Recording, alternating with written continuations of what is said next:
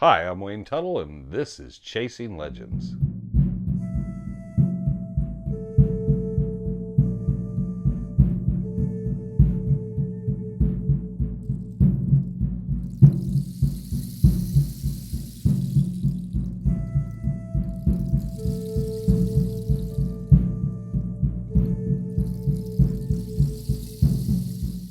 Welcome back to Chasing Legends. Please hit the subscribe button, hit the notification bell, leave a comment if you want. Check out our website at legendthesuperstitionmountains.com. Summertime's here. Everything's heated up. Quite busy with a number of different projects through the summer, so we won't go into details, but those will be forthcoming as the summer continues on. Today, I want to kind of tell a story. Not kind of, I'm going to. And it's several times I've thought about telling this story. I don't think it gets the public acknowledgement that it probably should. But it's kind of a difficult one to wind through. But someone recently asked me what would be the darkest, just the most horrible story in the superstitions. What's the one that just kind of leaves you bottomed out? And I knew this one definitely is it. I think it supersedes just about everything. And there's no humor in it whatsoever. But it's difficult because you're taking everything to a completely different place. So this week I want to talk about that story and its relationship into the superstitions. I first heard of the story. I'm sure I'd heard of it, but just really didn't stick with me. But someone showed me out on Fish Creek Hill where this had happened and said they'd been out there a few days later and they'd talked about it. And I kind of was like, what? And then I became more familiar with what had happened. I don't think it's in most books. If it is, it's just a mention. But I think it deserves mentioning. The story happens and takes place January 29th, 1981. It's about a young lady. Her name's Suzanne Rossetti. And she's from Massachusetts. She'd come to Phoenix to live. She'd been out with some friends earlier that day. And it's evening. And she stops by a U-Totem convenience store, similar to 7-Eleven Circle K, at 52nd and Van Buren, to pick up a few things before returning to her apartment. She gets out, she goes in the store, comes back out, finds she'd locked the keys in her Pinto, Ford Pinto.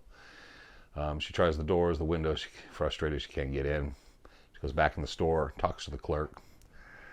Clerk tells her, I'm the only one here, I can't walk out the doors of the store, I can't really help you, I'm really sorry. She goes back out, starts pacing around trying the doors. You know what we all do, keep trying the doors, keep looking at it, trying to figure something out. Meanwhile, there's a man named James Gilly, another gentleman named Michael Logan, if we could refer to him as that. And they're standing over to the side and see that she's kind of something's going on. They walk over and ask her, what's the matter? Is there anything we can do to help? And she explains to them, I've locked my keys in my car. I can't get them out. Could you help me? They're very nice to her. They try various things, but they finally get the car open, get the keys. Suzanne, who's a young, pretty, bright, intelligent woman who's known to be quite friendly and so forth, tells them, is there anything I can do for you or repay you for doing this for me? Because you just bailed me out. And the two men basically tell her, you know what, buy a 6-pack of beer. We'll call it even. So she goes back in the store, buys them a 6-pack of beer, gives them the beer. And at that point, Jesse tells her, well, I know it's kind of going out of the way for you. I don't know if you're going that direction. But we were waiting. We're looking to get a ride out to the ranch where I work. I think it was the Marston Ranch. And he says, we would really appreciate that if you could give us a ride out that way and drop us off. Our family later says she was a very cautious person, so they found that surprising. But maybe it was because she had her keys locked in. Also, her parents were in town at a hotel nearby and had been visiting, so she wanted to probably get home, maybe meet up with her parents later that night or call her parents. She was supposed to take them to the airport the next day. So it could have been a number of things. But anyways, they get in the car and she decides to give them the ride. Shortly after they're driving, Jesse Gilly begins to assault her and forces her to pull the car over the road. They get the car over the road. Basically, they continue to assault her. Drive her over to where Papago Park is. They park the car off in the dark, where Jesse Gilly pulls her from the car and then rapes her and beats her on the side there, out the side of the car. Meanwhile, Michael Logan, ransacks the car, goes through her purse, gets money, credit cards. Once they finish, they decide to take her back to her apartment and see what she has there that they can steal. So they take her, throw in the car, tie her hands and feet together, and then they proceed to take her back to her apartment. They get to her apartment, get her in the apartment, where Jesse Gilly takes her back into the bedroom and rapes her again and beats her. Michael Logan at this point is going through ransacking the apartment, finding anything valuable, stealing stuff, all this. Finally, Gilly comes out and says, "It's your turn," and Michael Logan then goes in and rapes Susan as well. And it's pretty dark. This woman is just traumatized. At this point, the two men they got marijuana. They're smoking marijuana. They're drinking beer. They run out of beer, decide they need to go out and get more beer.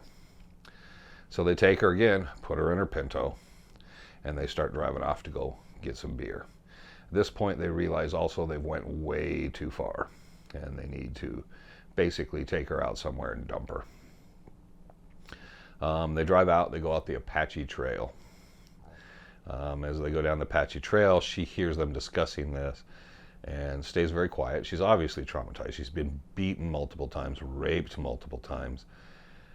But she's hopeful. Maybe they'll just dump her. Maybe they'll just, throw her out of the car.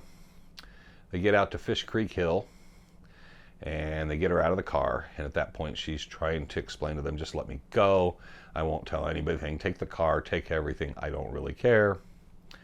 Two men then just shove her off the cliff, the edge of the cliff in the road. If you've been there, you understand. It's very steep drop off. She falls and bounces off of boulders about 40 to 50 feet down the hill.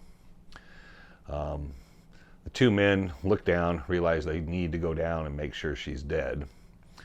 They carefully work their way down. They both get to her and find out she's still alive. Her body's broken. Her head's caved in partially, I believe. One of her eyes had popped out. It's just horrendous, but she's alive.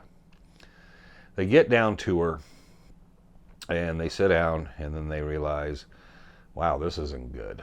What do we do? At this time, she's so traumatized. Suzanne is able to still speak, and they don't believe she had any clue what she was saying. She told them, "If you'll get me back to the car, take me back to my apartment, I'll make breakfast for you."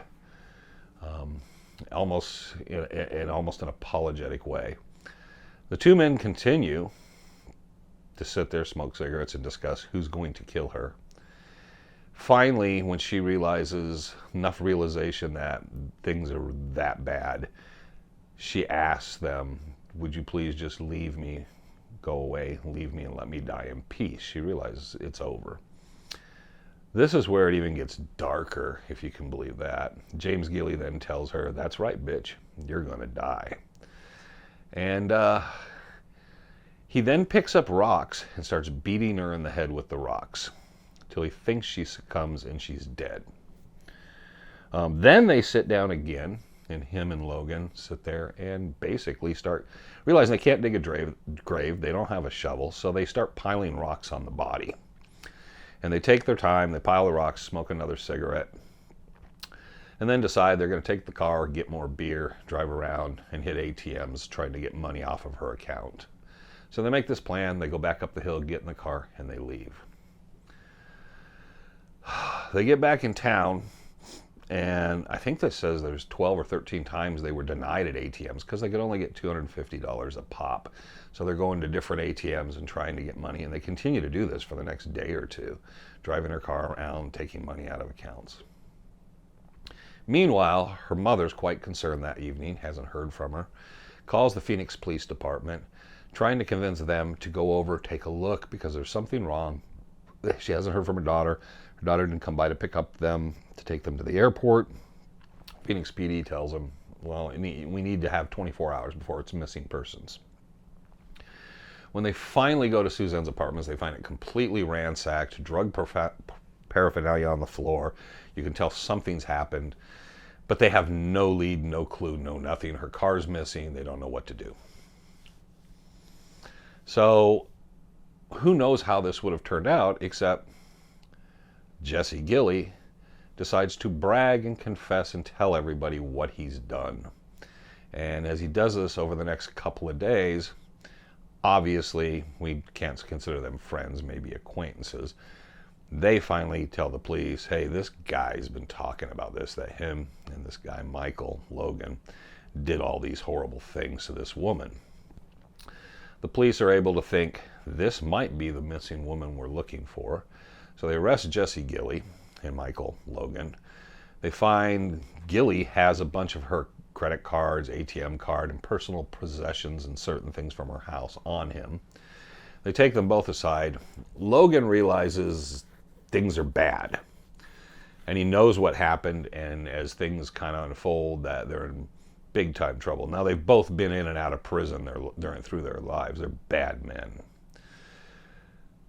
So he decides, in part, that he would not receive the death penalty for this, that he will confess and turn state's evidence against Gilly.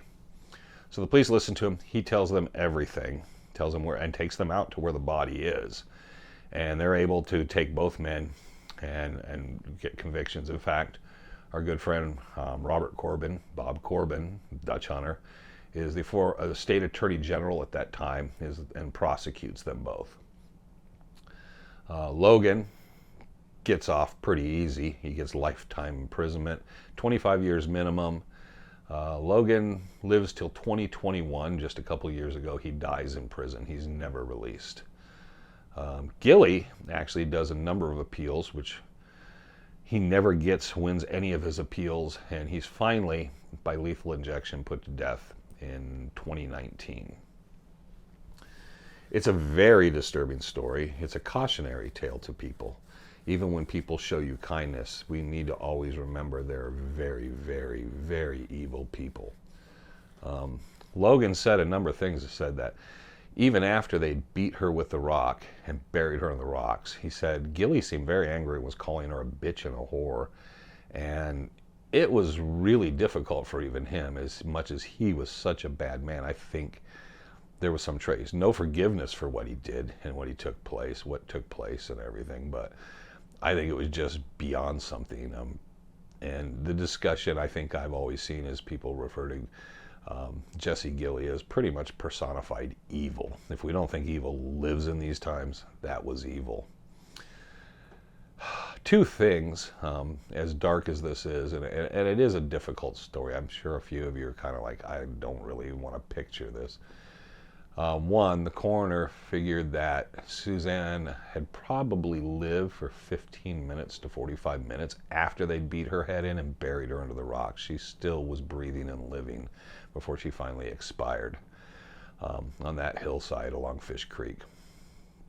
Secondly, and just as horrific, is that her mom, when they were out in front of the hotel, remembered she saw a Pinto pull up. She thought it was her daughter's car.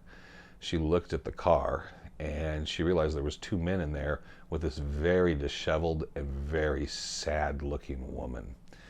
And she said she can't believe that she didn't recognize her own daughter, but that was the last time she realized she saw her daughter later. Was they actually drove by and she saw her daughter in that car as those men were taking her out to kill her, and she didn't even realize it.